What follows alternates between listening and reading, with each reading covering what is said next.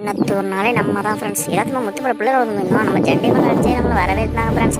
அப்புறமா சிவன் வேஷம் போட்டவங்க சூப்பராக ஆடினாங்க ஃப்ரெண்ட்ஸ். ஜெண்டைமலுக்கும் அவங்களுக்கும் சரியான போட்டி ஆச்சு.